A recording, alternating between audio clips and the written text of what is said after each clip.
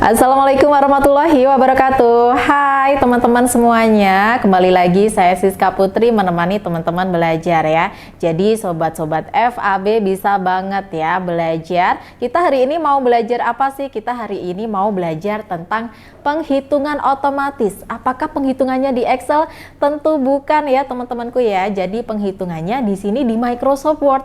Lalu caranya seperti apa? Nggak usah khawatir. Mungkin dari teman-teman ada yang belum tahu ya bahwa di Microsoft Word itu kita bisa melakukan penghitungan. Jadi kalau misalkan teman-teman itu bikin surat, kemudian ada sebuah tabel dan diminta untuk melakukan penghitungan, gampang aja ya. Kita menggunakan rumus yang ada di Microsoft Word. Nah, untuk rumusnya ini ada di menu apa? Kemudian untuk rumusnya ini nanti gimana sih caranya? Dan apakah bisa otomatis kayak di Excel bisa kita tarik ke bawah? Nah, silakan teman-temanku langsung saja jawab di kolom komentar ya.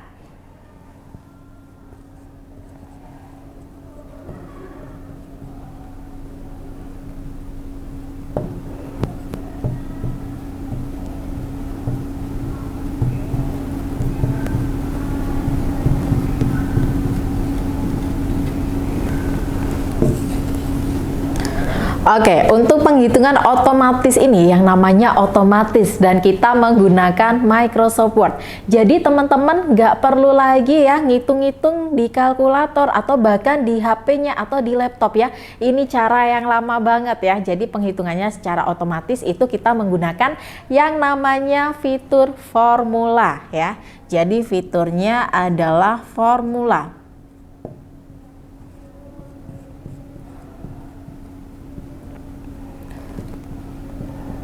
Nah, apakah formulanya di Microsoft Word ini lengkap atau bahkan sama di Microsoft Excel? Jawabannya di Microsoft Word ini formulanya tidak lengkap ya. Nah, tapi teman-teman bisa menggunakan penghitungannya secara sederhana aja. Kemudian nggak terlalu banyak fungsi yang digunakan ya. Jadi untuk formula ini ada di menu layout. Ada di menu layout, kemudian pilih formula. Nah, ada di menu layout, apakah layout yang bagian menu yang ada di Microsoft Word itu yang bagian tengah ya? Padahal kalau di bagian tengah layoutnya ini tuh tentang margin ya. Jadi tentang margin, orientasi, kemudian tentang size-nya ya, ataupun yang lainnya. Nah, gimana sih kita bisa menemukan formula di Microsoft Word? Jawabannya teman-teman itu harus ada sebuah tabel ya. Ada sebuah tabel penghitungan.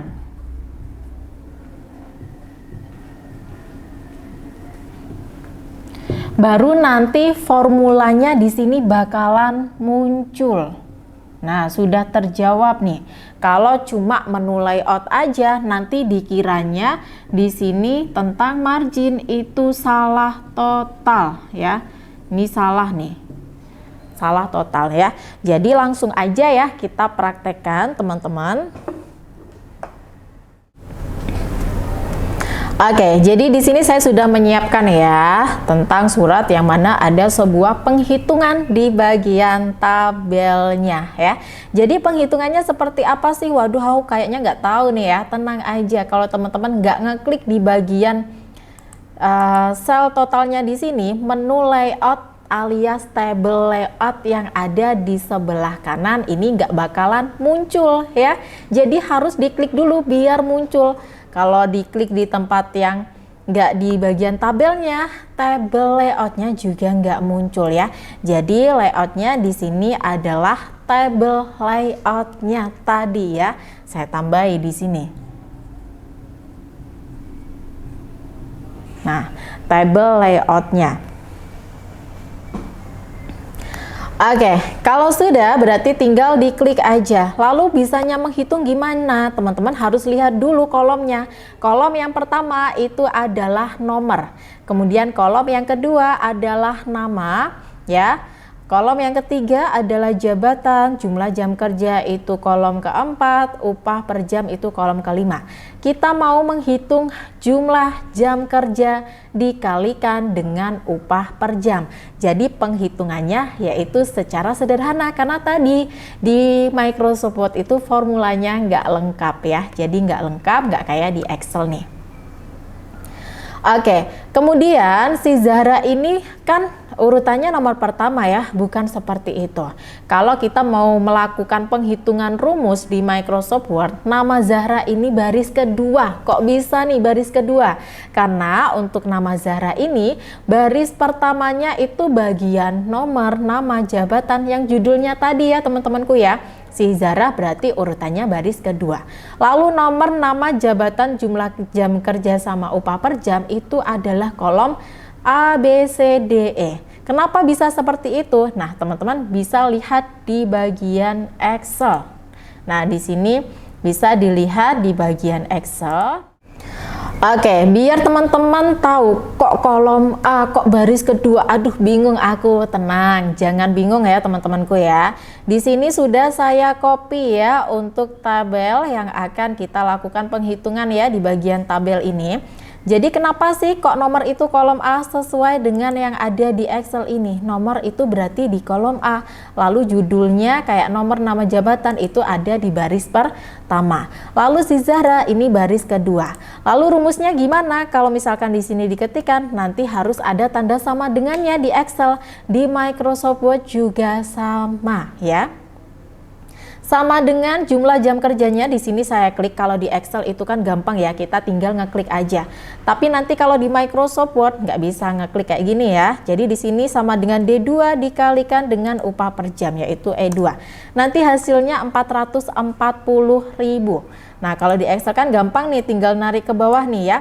Tapi kalau di Microsoft Word bukan seperti itu. Gimana sih kalau di Microsoft Word? Kalau di Microsoft Word caranya seperti ini teman-temanku. Oke, kita lanjutkan ya teman-temanku ya. Jadi kalau penghitungan di Microsoft Word itu tinggal diklik aja di bagian sel mana yang teman-teman pengen lakukan penghitungan. Nanti kalau sudah teman-temanku tinggal pilih aja menu table layout. Kalau sudah teman-teman bisa pilih yang namanya formula ya. Di sini untuk formulanya itu simple-simple aja ya. Selain perkalian, pembagian ya, penjumlahan atau pengurangan, ada juga rumus yang lain ya. Klik aja di bagian formula, lalu di sini saya hapus ya. Yang rumus sum left ini saya sisakan sama dengan, karena kalau mau melakukan penghitungan harus ada tanda sama dengannya. Nah, tadi apa nih jumlah itu? Jumlah itu ada di kolom D baris kedua. Oke, diketikkan aja. Lalu dikalikan dengan E2. Jadi nanti seperti ini. Kalau di Microsoft Word kita nggak bisa narik ke bawah ya dari rumus yang jadi acuan yang ada di atas. Jadi di sini rumusnya biar gampang saya copy aja. Kalau sudah tinggal saya klik OK. Maka hasilnya langsung muncul 440.000. Lalu untuk yang berikutnya gimana? Lakukan cara yang sama dengan cara klik di bagian selnya, kemudian pilih yang namanya menu formula. Tinggal diganti aja ya, kalau tadi kan si Zahra baris kedua nih, berarti si Ida ini adalah baris ketiga, teman-teman ganti aja. Nanti silakan diganti sampai rumus yang terakhir ya, tinggal di copy paste, diganti angkanya aja. Oke, jadi nanti tinggal di copy paste aja, diganti dengan angkanya ya. Sampai yang terakhir namanya si Zen ya. Di sini saya lakukan penghitungan seperti sebelumnya.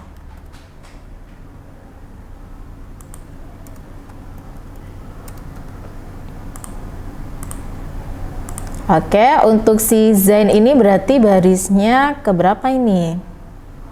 Ke-6 ya. Di sini saya ganti aja. Untuk barisnya ke-6, lalu saya klik OK.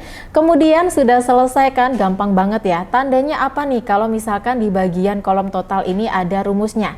Jadi nanti kalau teman-temanku ini klik di bagian jawabannya yang 440.000 itu berarti dia ngeblok ya. Kenapa? Berarti ini tandanya dikasih rumus yang formula tadi. Kalau di angka yang nggak dikasih rumus atau diketik, dia ketika kita klik juga nggak ngeblok ya, karena nggak ada rumusnya nih.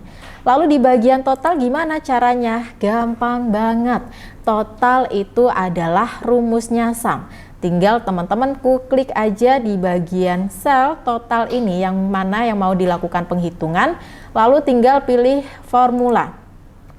Kita masih ada di table layout ya. Formulanya apa rumusnya? Jadi formulanya rumusnya adalah sama dengan sum above. Sum itu buat mencari jumlah, sedangkan above itu kan artinya di atas nih. Berarti maksudnya menjumlahkan transaksi yang ada di atas. Oke? Jadi teman-temanku tinggal langsung aja klik OK. Nah, nanti hasilnya tertera seperti ini. Lakukan cara yang sama ya untuk di bagian sel mana yang mau dicari. Lakukan cara yang sama ya untuk di bagian sel mana yang akan dicari totalnya ya. Baik itu jumlah jam kerja, upah per jam, ataupun kolom total yang berikutnya. Jadi rumusnya sama. Oke, kalau sudah seperti ini berarti ini tandanya teman-temanku sudah selesai ya melakukan penghitungan secara otomatis. Gimana nih setelah belajar penghitungan secara otomatis ini? Gampang banget kan? Jangan lupa untuk dipraktekkan ya. Saya Siska Putri mengucapkan wassalamualaikum warahmatullahi wabarakatuh. Dadah.